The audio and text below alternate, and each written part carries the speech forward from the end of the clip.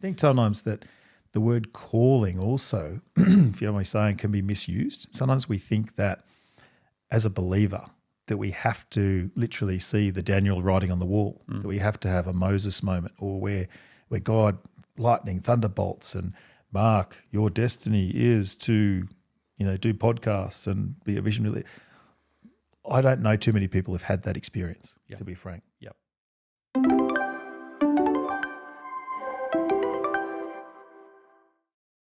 Welcome back to the Monday Movement podcast, where we have deep conversations with Christians who feel called to the marketplace.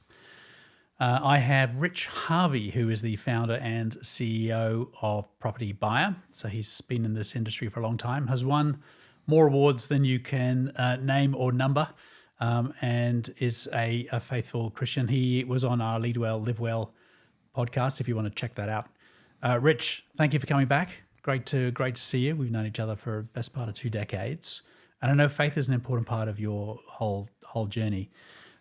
Before we get into that, can you tell us a little bit about Property Buyers? Who are they? What do they do? Thanks, Mark. Great to be on the podcast. Real pleasure, and always been great to know you as a friend as well. My company is called Propertybuyer, and we're independent buyers agents or buyers advocates. And so what that means is that we help clients that want to buy a home, an investment property, a commercial property, or even a development site. And we act purely as their advisor and their person to help them achieve their goal in realising that. So we've got offices right across Australia. I've got 30 staff. And a buyer's agent's just somewhere there who's going to guide you through that whole process, from finding the property, knowing where to buy, what to buy, how much to pay, takes all the emotion out of the negotiation process. And I've been doing that for, I can't believe it, 23 years this October. Wow. So dating yourself a little, not as much as me, but dating yourself a little. I was one of the first buyers agents in Australia. There's probably about 3 or 4 of us when I started in 2001, and really, grown the business since then. So what was it like jumping into a market that was basically brand new almost, wasn't there? Wasn't much happening in that space at all. It's pretty scary in a way, because I had a really safe, secure government job. I worked as an economist in government for about 10 years for a couple of different departments, and I was analysing, doing cost-benefit analysis through my sleep, and I was good with numbers, always good with maths, and for me it was a natural progression. I was pretty frustrated in my government role in that I was creating really good policy and making good recommendations, and it was going nowhere. The machinery of government was just too slow for me. It was just, changes needed to be made, but they just weren't being, it was all just another committee meeting. Oh, another committee. I just couldn't stand it. So I was starting investing in property, and I started making more money out of my property investments than I did in my day job. And then I saw there was a niche to really help guide people. And in fact, another reason that motivated my business, my brother got ripped off by one of those property spruikers where they used to fly you up to the Gold Coast. Right. The guy in the white leather shoes and the gold chain would pick you up at the airport, show you a few properties, and then put the heavy pressure on you. You've got to buy this property by Sunday night or you'll lose it. And, my brother bought one and, ended up buying a bit of a lemon. And I just thought, that's just wrong. There should be people should have the right ethics in this industry, and real estate agents has not been seen as trustworthy, whereas buyers advocates is a whole different industry. So I thought, here's a chance to create a new business and be a champion and a leader in this industry. Yeah. Well, you've done a great job. Like you've come a long way from starting by yourself through to having over 30 staff in lots of different states working. You've won a lot of awards, which doesn't happen by accident. No. And particularly consistency like you have around how many awards you win is phenomenal. So congratulations on what you've done, what you've achieved. Thank you. It takes a lot of work to build a big business. Well, a tip for anyone out there, if you do have the chance to enter an awards program, just do it. And even if you don't win, you learn something by the questions that you get asked. Yeah. And what it does, it actually makes you reflect on your business. And the hardest one to win that you should definitely go for is the National Telstra Business Award. There's a state and national award.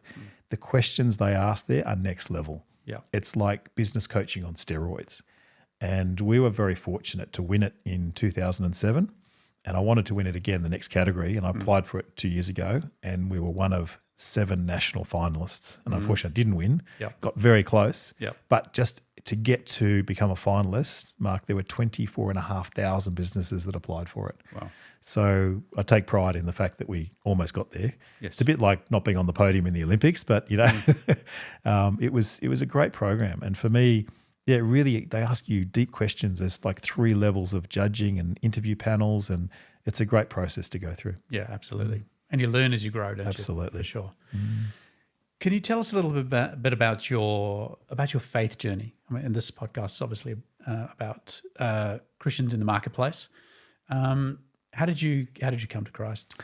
So my parents were believers, very strong believers. And for me, I remember my parents used to have a lot of people over, different missionaries and different people for Bible study. And when I was 7 years old, I actually remember getting on my mother's bed and said, I want to ask Jesus into my heart. At 7 years old, I distinctly remember doing that and praying that prayer. So that's when I first became a Christian.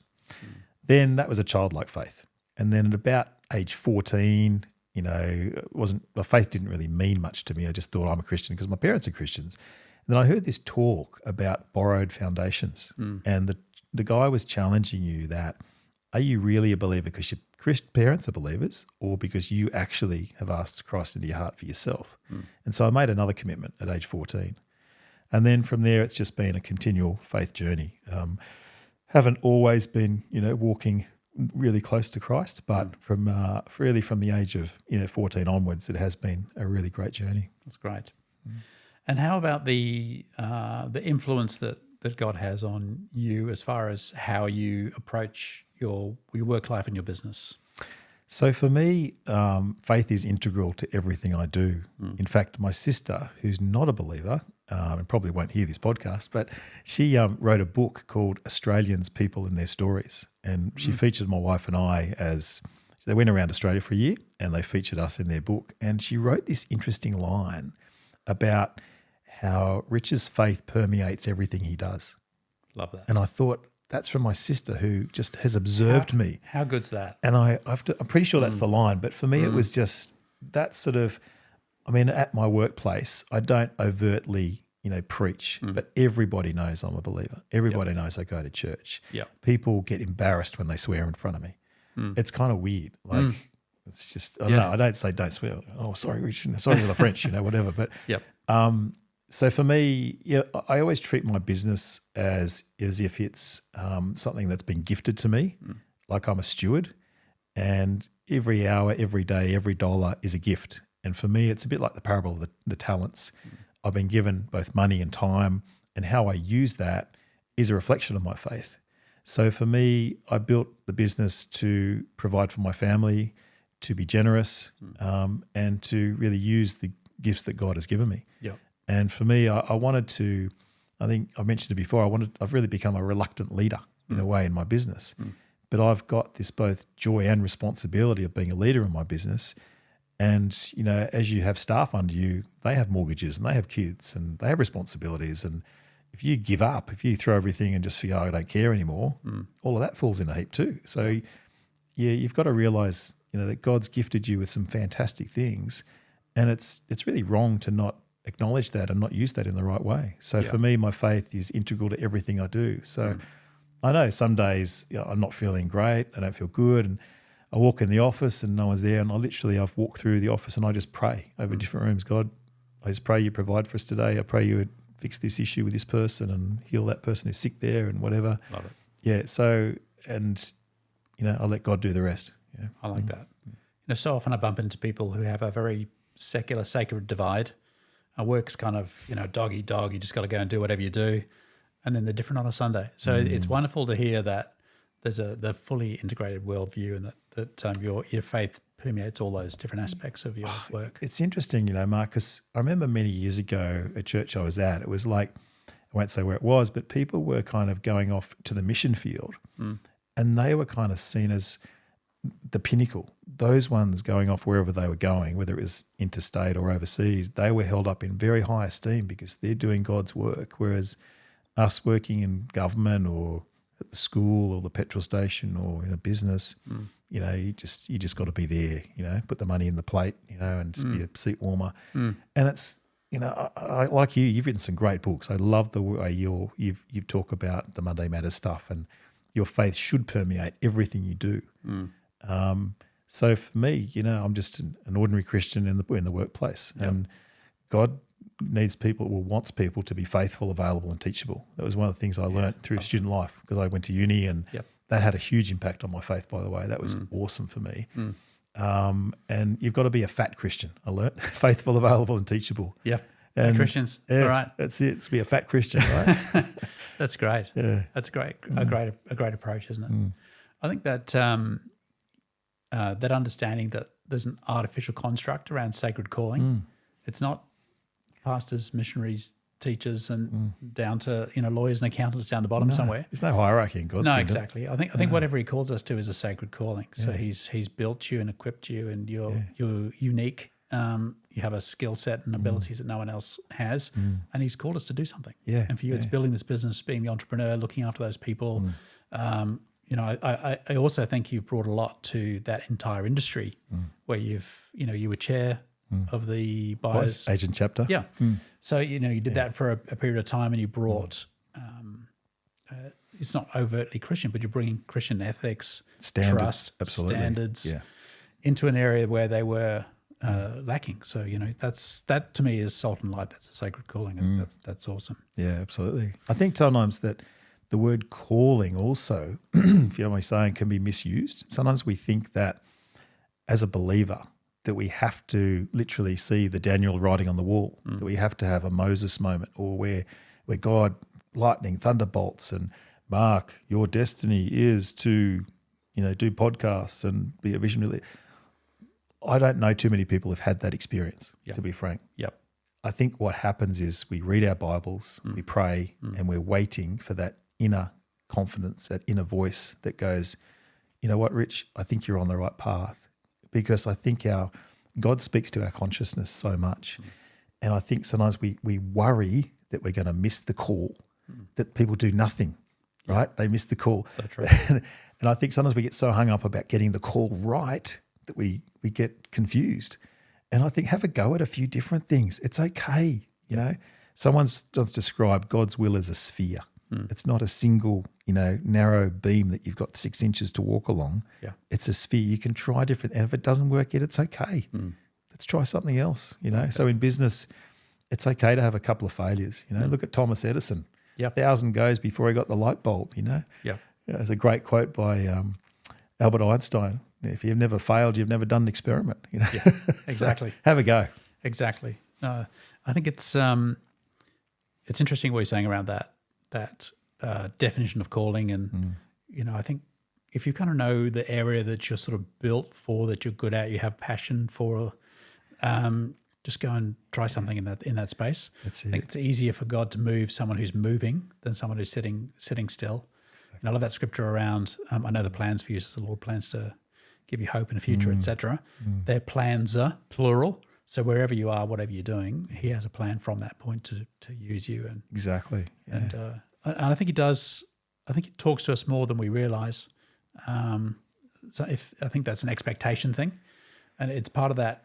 If you're fully integrated in your worldview, where you see God in everything, I like the Jewish language has no word for coincidence, because they're so integrated in that the divine is integrated into everything. I love that. That's really good. Yeah, because God can use you whether you're at uni, whether you're, wherever you are, God can use you in different circumstances. And some of the stuff, I look back at my life and go, why did God put me in that situation? Do you mind me giving you one example? Please. So I finished uni, I did a Bachelor of Economics degree, and I wasn't sure what to do with my life. I did economics. I thought, because economics will help me get a job. But I wasn't sure I wanted to be an economist as such, but that was what my dad was suggesting would be good for me, because I enjoyed it as well to some extent.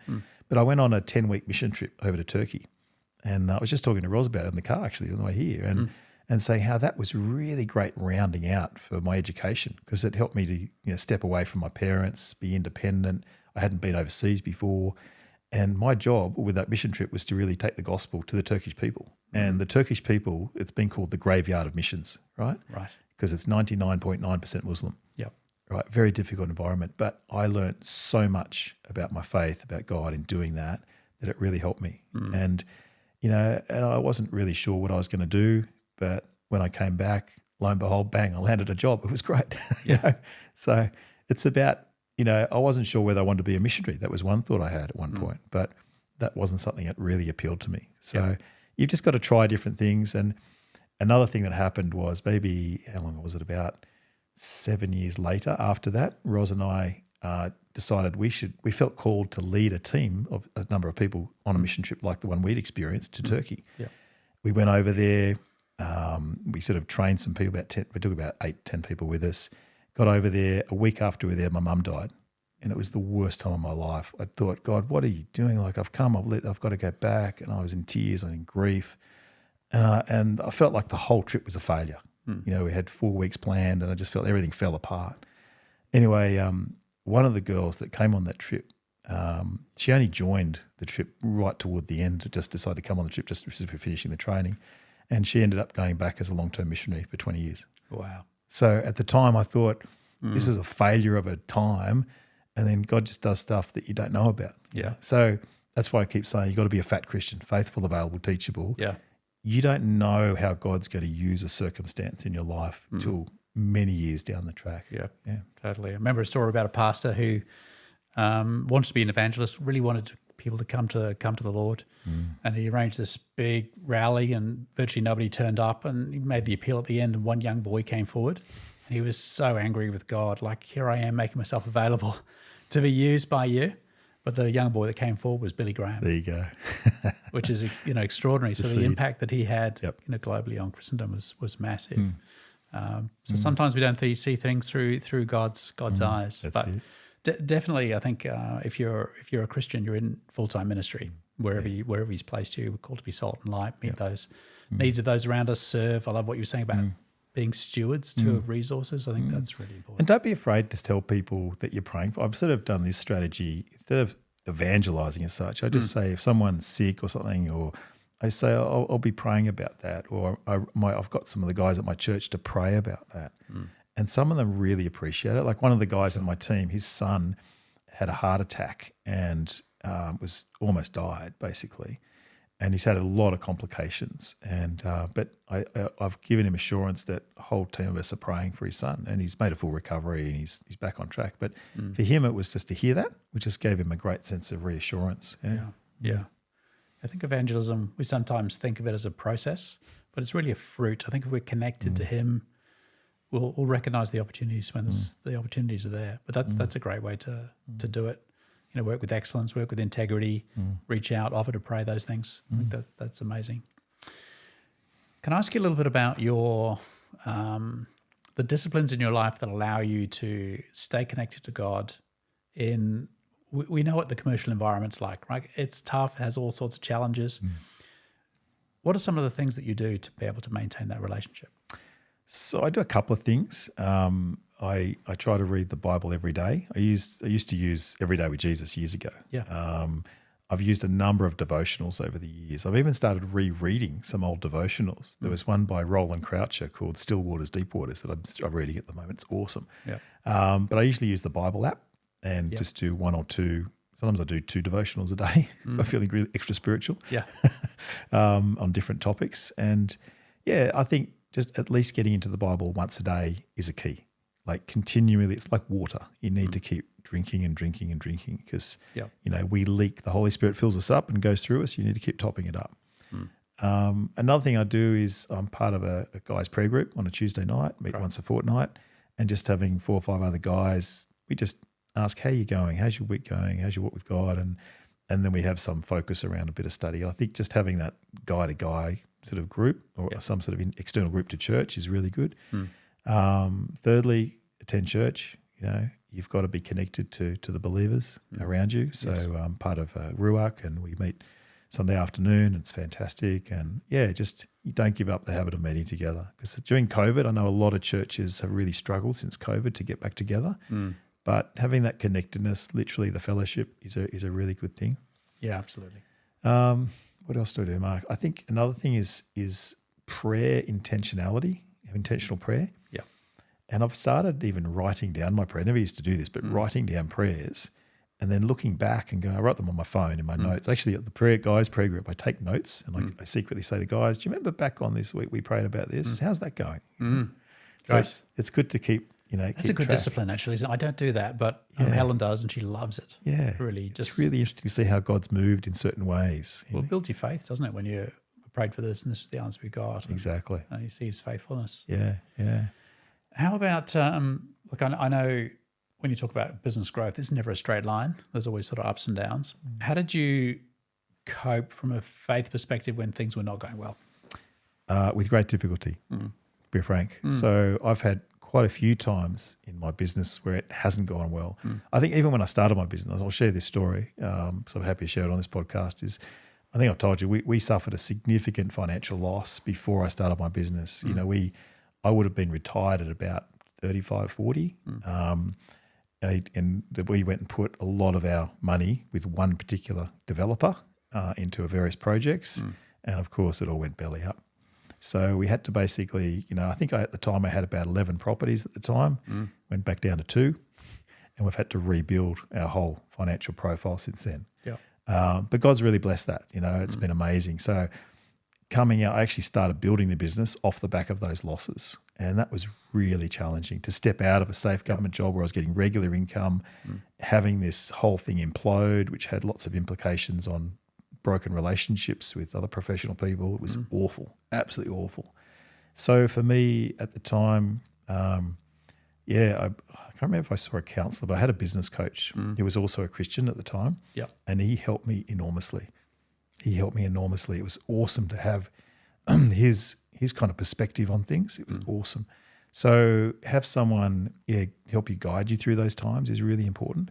Definitely. And I think you've just got to press in. Like there were times where I just went, God, I don't know the answer. Actually, I've got some great God moments for you to share with you. There was a time about 2 years into the business that it just wasn't really, it was about, because when you start a business, cash flow is terrible, right? It's always hard. And about 2 years in the business, we'd gone and had our annual holidays up at the Gold Coast with my sister, and we're there and we're kind of debating, should we just move? Should we just sell up and just go to the Gold Coast where it's cheaper and start a new life? We actually went and looked at schools and we checked out maybe some places. But then I just felt in my spirit, I just said to Roz, I don't think this is the right thing to do. I really don't. I feel like we should be staying in Sydney close to your family and we've got connections. I just don't feel it's right. And then I got a phone call from a deal I'd been working on, and they'd accepted the offer. And it was like a good payment. It was great. And then about 2 months later, I helped funny story, I helped an Anglican minister buy an investment property. And for whatever reason, he just said, I just want to pay you up front. I went, like, you don't need, no, I want to pay you up front. And it was like God must have said something to him, you know? Yeah. So how good is that? Yeah, it's great. So there's 2 little faith moments where I felt like God was really had his hand on our business. You know? Yeah. It's interesting, isn't that journey with God? You know, we sort of come to Jesus and everything's going to be wonderful is not the gospel. And we have these, you know, peaks and troughs and we walk through. It's never a straight line. You've got to have, Mark, you've got to have grit. Honestly, you've got to have, not that I want to say I've got incredible resilience, but I've built resilience over time. I've had serious stress, you know, in my business, serious issues. And at times you've just got to dig deep. You've got to believe in what you're delivering. And it just keeps turning up. Keep turning up every day and doing a great job for your clients, whatever it is. Like if you're a mechanic, just make sure that car's spotless before you hand it back. If you're an accountant, triple check the numbers, right? As a buyer's agent, you know, we make sure we negotiate the best price we can and leave no stone unturned with alternative properties for our client. Like do the best you possibly can and leave the rest to God. Yeah, absolutely. And I think if you want God's outcome, you have to do it his way. And his excellence, integrity, going the extra mile, serving those around you, loving, doing the right thing. And that's fine unless it's not convenient. And I think there needs to be something in us that goes, no, we're going to do this God's way. And none of us are perfect. We all get things wrong. We have these sort of ups and downs. But I thought it was good what you were saying around also having people in your world who you can walk with, you know, whether that's connected into a local church or a group of people that you pray with and staying connected and encouraging each other, praying for each other. I think that's super important. It's really good. Like I've also had a group of other Christian business owners that I used to meet with and we'd meet at lunchtime every couple of weeks and that was super encouraging too. Yeah. So it might just be 1 or 2 other people you meet with, but it's lonely at the top in business. 100%. So you've got to get people around you. You know, that's why some of these podcasts are great because they're so encouraging. You can listen to them in the car, whatever. But being face to face with someone is super important as well. They can eyeball you, Yep. and they look and go, actually look you behind the eye. Mark, are you really okay? Yeah. No, you said you're good. Yep. Are you okay? Yeah. It's that ask the question behind the question. Definitely. Is super important. I think a lot of friends don't do that these days. We're all too polite. Yeah. We're all too, politically self-correct, and we hold back. And I think mental health issues are rampant throughout society. We've got to, peel off the onion layers and get to the true inner core of who we are. Totally. And check out if you're okay. Yeah, be real. Be real. Be authentic. Rich, have you got any words of wisdom for people, Christians who are wrestling with going into the marketplace or starting a business in particular, and sort of feeling that maybe that's something that they should do? Any words of wisdom for them? Oh, several things to do there, Mark. So I think don't go in with rose-coloured glasses. I think, there's been a lot of old teaching around the prosperity doctrine. Everything you touch as a Christian, God's behind you, it's all going to work out. Sometimes it doesn't. Sometimes it falls in a complete heap and you've got to pick it up and run again. I'm a case in point, So you can learn from that and you can rebuild stronger and you can help guide your clients if you know the mistakes. So what I'm saying is be prepared to make a mistake, own a mistake, and rebuild. The ones that don't get off the floor, that's where it's a problem. Some people just implode and don't know how to get up. So I think you may not be able to start a business with huge amounts of financial backing, but, turn up every day, do something, keep monitoring the numbers, just keep checking out that it's going to work. Join some sort of a business mentoring group or peer-to-peer business mentoring group, or if you can afford a coach, get a coach straight off the bat. Coaches are great because they're going to keep you accountable. There are specific profit coaches out there now, not just business coaches. There are all types of coaches out there. So having those sort of people in your corner is really going to help you. Yeah. I think obviously you got to have a vision and a plan, and you got to execute on that plan. A lot of people have fanciful ideas, but I'm a big believer in being realistic with those assessments. If you think your turnover is going to be 150 grand a month, is it really going to be 150 a month? What happens if it's 75 grand a month? Half of that. What's going to happen? How long can you survive? Can you get to Christmas? How are you going to get through the Christmas period? We have peaks and troughs in our business, which is really tricky. So from middle of December to the end of January, there's very little cash flow. Yep. And then you get hit with the BAS and all these insurance renewals. And, it's always tricky. So we've got to try and build up a buffer by the end of December to get through that period. So have a cash flow strategy to get you through that system. Love that. I would also say to a lot of people out there, keep learning. Like I love personal development. As I've said to you, I read heaps of books, and these days you can have audio books. But they're a revelation to me. They've been fantastic. Yeah. So keep inspiring yourself. Get inspired. Like these kind of podcasts are good, but there's multiple ways to inspire yourself. Like I get energized going to business meetings sometimes, and I see someone do that. Like, wow, that's awesome. You've done that's really going to help me. And it's just get encouraged. Not sort of thinking I'm lower because they're better. Just you get ideas. It's just we're all there on the same journey to help each other. Yep. Another philosophy I have, Mark, is give as gain. Give as gain. So if you go to a business referral group and you just try to chuck out your card to everyone trying to get business, everyone's going to go, oh, hang on, mate. But if you go and say, how can I help you? What's a good referral for you? How can I help you in your business? Send an email. Let me introduce such and such. It's amazing what doors open. Absolutely. So be generous in your approach with referrals is something I would say. I like that. Like I know sometimes just going to different and just go to lots of groups, like keep networking, because your network determines your net worth. Yeah. Your network determines your net worth. Funny saying, but I've found that to be so true. Absolutely. And it's amazing how close you can be to someone who can literally transform your business, Yep. Can I give you some examples? Please. So early on in my career, I think I met someone who referred me to a marketing company. Now that marketing company was engaged by Coca-Cola, and they were doing their summer drink campaign. So they do an advertisement and they usually have a big promotional for soft drink. So they were giving away $1 million beach house as part of their promotional campaign. But guess what? They need to find that $1 million beach house. This was back in about 2003, 2004. So I got engaged by the marketing company to go and find this beach house. And their brief was, Rich, anywhere from Melbourne to Cairns. Come on, that's too big. We need to narrow the brief. Yeah. So I started showing them properties from Central Coast to Brisbane. Anyway, they weren't really happy with the property. Said, well, actually, no, they only gave me a budget of $750 to start with. I said, it needs to be $1 million. And they said, okay. So I ended up, found this great place up near Byron Bay on Suffolk Beach. Great story.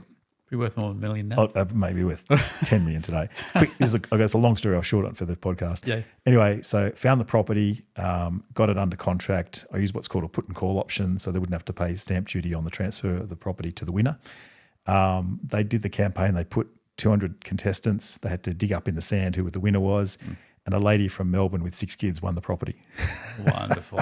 So it's a great story. Yeah, it's great. I love that. So, but it was just a great accolade for my business at the time. It was great. I helped to find this particular property.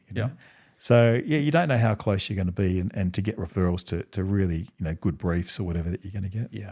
And I think those, we talked before about having a divine integrated worldview. If you're in a meeting with a whole bunch of people that I think, just often if I'm going to meet a whole bunch of people in that sort of environment, I'll just pray as I go in and, and believe that the people that you talk to, that there's some reason for you to talk to them, even if it's just conversation to encourage them, or it might be a network, or it could be something, something significant. Yeah. And I've lost count the number of major breakthroughs from seemingly random relationships or connections that you have is certainly true. You want to be intentional in those meetings, but not forceful. I think some people go over to those network meetings and they're just too in your face, and they're just trying to get around the whole. We're going to work the whole room, and you feel like you've been sold to. Yep. You're not connecting. So I think, as you say, Mark, having a deeper connection with fewer people, I think will get you better results than trying to do a scattergun approach across the whole room. For sure. And these days, I think that the old equation of, pushing in and trying to sell has changed. Now you build expert status online and et cetera. I think you've done that really, really well. So you're at the pinnacle of your industry through media. You did the TV show. Of course, now this conversation is going to be the peak of your media experience. Amen, brother. Bring it on. Bring it on.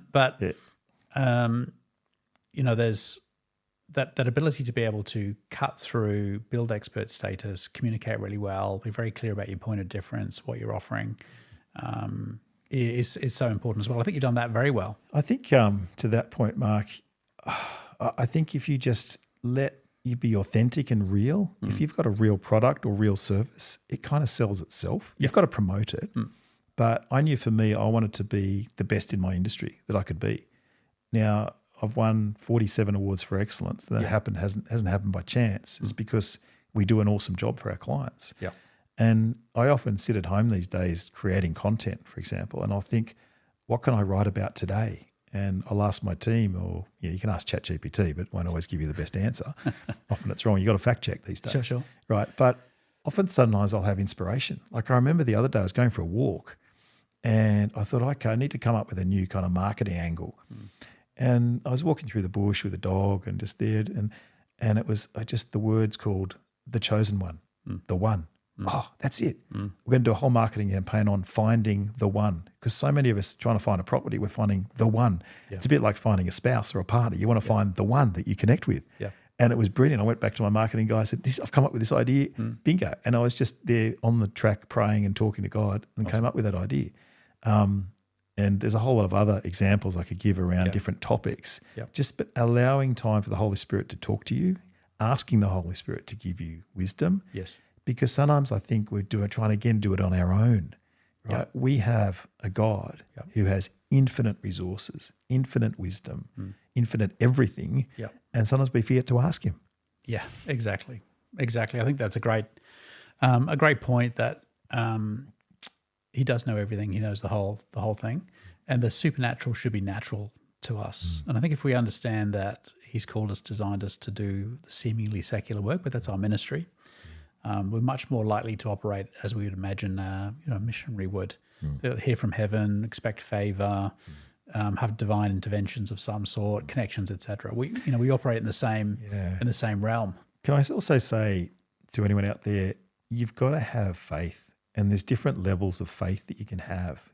You can have a really weak faith that says, oh, you know what, I think God might help me.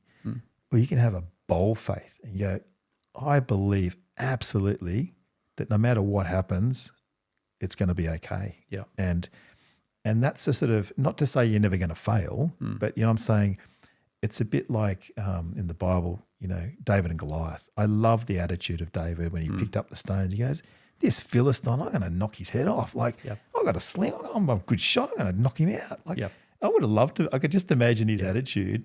I'm going to flip and knock him over. I don't care if he's 10 foot tall, he's a jerk, right? Yeah. Like, I just love it. That's right. That's the attitude you've got to have in business. Yeah. It's a difficult marketplace. You do have to have a key point of difference. You've got to have lots of things going right, but you've got to have this undying belief that you are going to succeed and be the best in your business. I love that. So that's a really important part, and believes God's got your back. And if something's not working, get help. Yeah, love that. Rich, I think that's a wonderful place to finish. David and Goliath. Be strong, be bold. Yeah, that's make it happen. That's awesome. Rich, absolute pleasure. God bless you and your business. Thank you so much, Mark. It's always a pleasure chatting to you. Thank you.